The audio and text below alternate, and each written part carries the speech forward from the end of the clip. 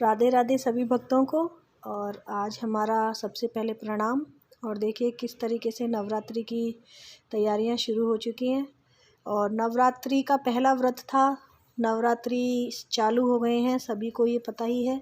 तो इसी तरीके से हमने पहले माता की प्रतिमा जो हमारे यहाँ पे विराजित है उसको हमने स्नान कराया था और उसके बाद में ही हमने उनको अपनी चौकी पर विराजित किया था।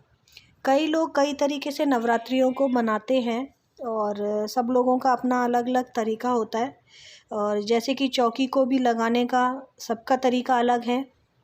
कुछ लोग चौकी पर जो कहते हैं आपका लोटा विराजित करते हैं, उसमें कुछ घास भी उगाई जाती है, नारियल को भी विराजित करते हैं। तो एक पुराने तरीके से तो होता ही है ऐसा। और ये देखिए ये पोशाक जो हम माता रानी के लिए लेके आए थे, बहुत ही सुंदर पोशाक मुझे ये लगी थी और यही हमने माता रानी को पहनाई।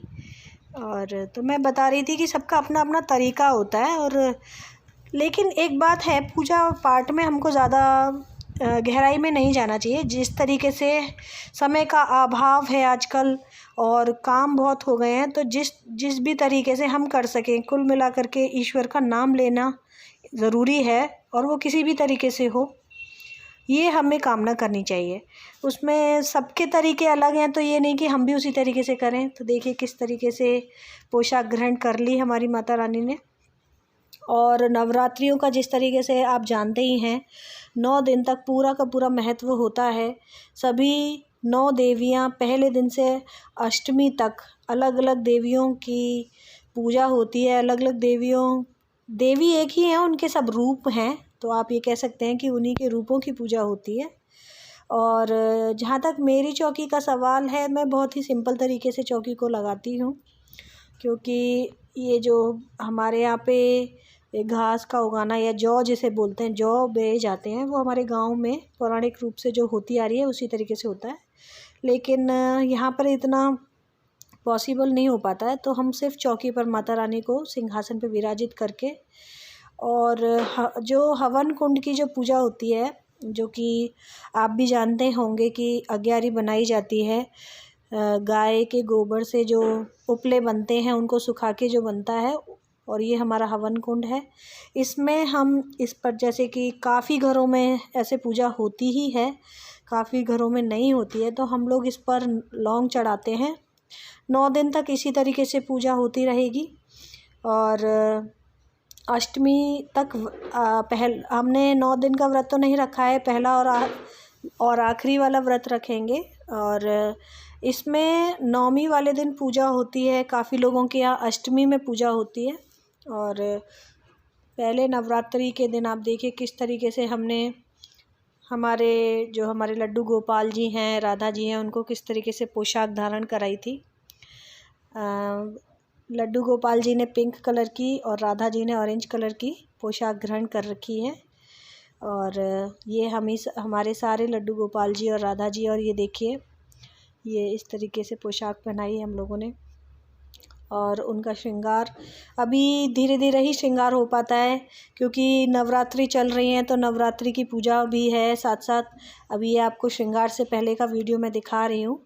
पूरी तरीके से हमारे लड्डू जी का और इनका मुकुंद और हमारे गोपू और निकुंज का पूरा श्रृंगार नहीं है, अभी सिर्फ पोशाक धारण करके ये हमने एक क्लिप बना दी थी।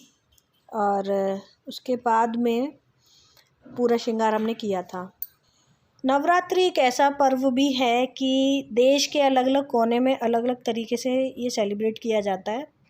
और हमारे यहाँ पे उसका सेलिब्रेशन अलग तरीके से है, अन्य जगहों पे उसका सेलिब्रेशन अलग तरीके से होता है। जैसे कि बंगाली परंपरा के अनुसार वहाँ पर भी प्रतिमा लगाई जाती है। और जैसे आप जानते ही होंगे पंडालों में किस तरीके से पूजा रखी जाती है 9 दिनों की। लेकिन सबका कल्चर अलग है, तो हम किसी के कल्चर को बुरा या अच्छा नहीं बोल सकते। सब ये हमारे देश की जो जनता है, और हम लोग कहते हैं कि विविधता में एकता, यही हमारे भारत देश की खूबी भी है। और मेरे को सबसे अच्छी बात यही लगती है कि विभिन्नता होते हुए भी हमारे देश में देखो कितने सारे पर्व हैं, अलग अलग तरीके से मनाए जाते हैं। हमें भी सीखने को मिलता है, उनकी जानकारी मिलती है कि अलग अलग तरीके से कैसे पर्व बनाए जा रहे हैं, कैसे कैसे, और सेलिब्रेट भी करते हैं और मज़ा भी लेते हैं सभी लोग। लेकिन वीडियो बनाते टाइम आज मैं एक बात भी कहना चाहती हूँ कि किसी ने एक वीडियो पे कमेंट किया था कि जिस टोकरी में भगवान जी को लेने वाली जो वीडियो है, तो देखिए ऐसा है कि जो हम सूचना दे रहे हैं या कोई जानकारी दे रहे हैं, ज़रूरी नहीं है कि वो आपके लिए कही जा रही हो।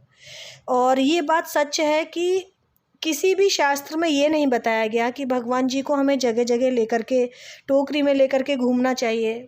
और छोटी सोच और इसकी बात तो ये है कि देखिए, हम भगवान जी को भगवान जी के क्या दर्शन कराएंगे। और जब आपको भी पता होगा कि गणेश जी से जब ये पूछा गया था या कहा गया था कि आप पूरे परिक्रमा लगा कर के आइए, तो उन्होंने शिव जी और पार्वती जी की परिक्रमा लगाकर और कार्तिक जी से अपनी जो विजय अर्जित की थी। तो जब वो अपने माता पिता को वहीं पर परिक्रमा लगाकर, और देखिए सब लोग स्वतंत्र भी हैं अपनी चीज़ों के लिए, ऐसा नहीं है कि कोई परिक्रमा मत लगाइए या लेके मत जाइए, लेकिन इसका मतलब ये नहीं है कि पर्टिकुलर ये बात किसी के लिए कही जा रही है। बस इससे जानकारी दी जा रही है कि अगर आप ऐसा कर रहे हैं तो इससे बचें, क्योंकि आप कहीं पर भी लेकर के लड्डू गोपाल को लेकर के घूमते हैं, आप चाहें या ना चाहें, रास्ते में किस तरीके से हम सफ़र करते हैं, हम बैठते हैं, गाड़ी में बैठे हुए हैं या बसों में जा रहे हैं, तो जितनी शुद्धता, जितनी साफ सफाई हम अपने घर में या अपने पवित्र स्थल, पूजा स्थल में रख सकते हैं, इस तरीके से सफ़र में नहीं रखी जा सकती। और इस बात से आप भी मेरी बात से सहमत होंगे। और जहाँ तक कहने वाली बात है, जिसे जो मानना है वो मान सकता है, वो स्वतंत्र भी है जानकारी के लिए कि भाई हमें नहीं मानना, हम तो लेके जाएंगे, तो आप जाइए।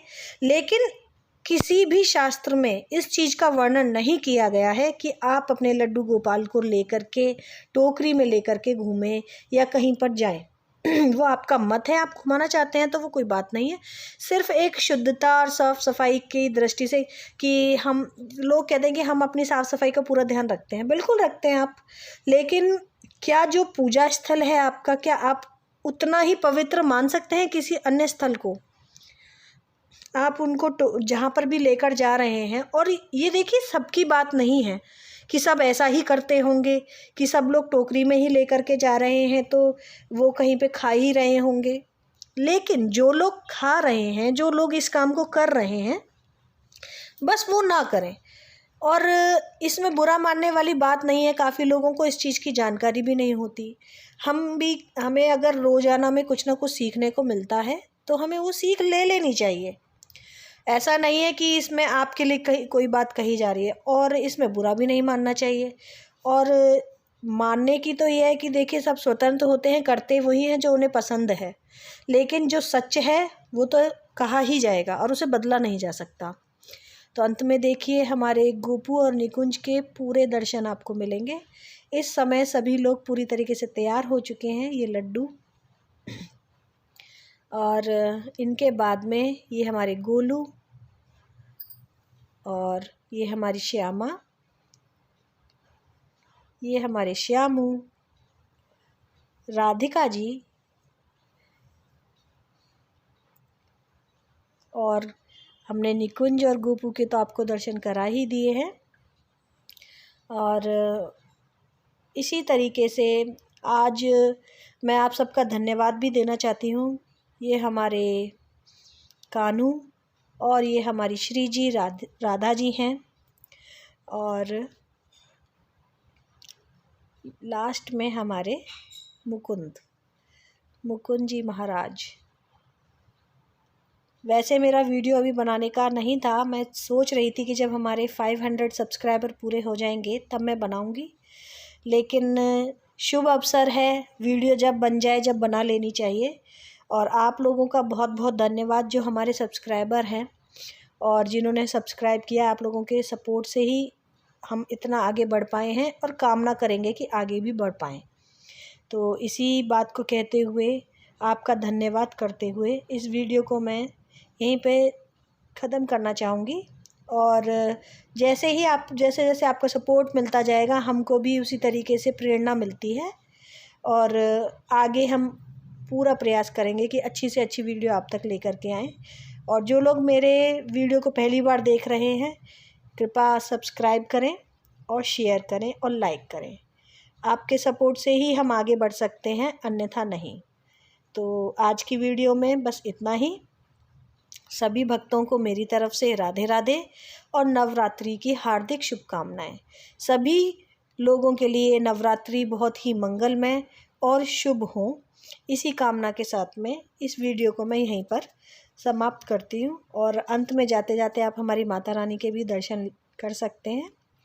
और सभी लोगों को राधे राधे, धन्यवाद।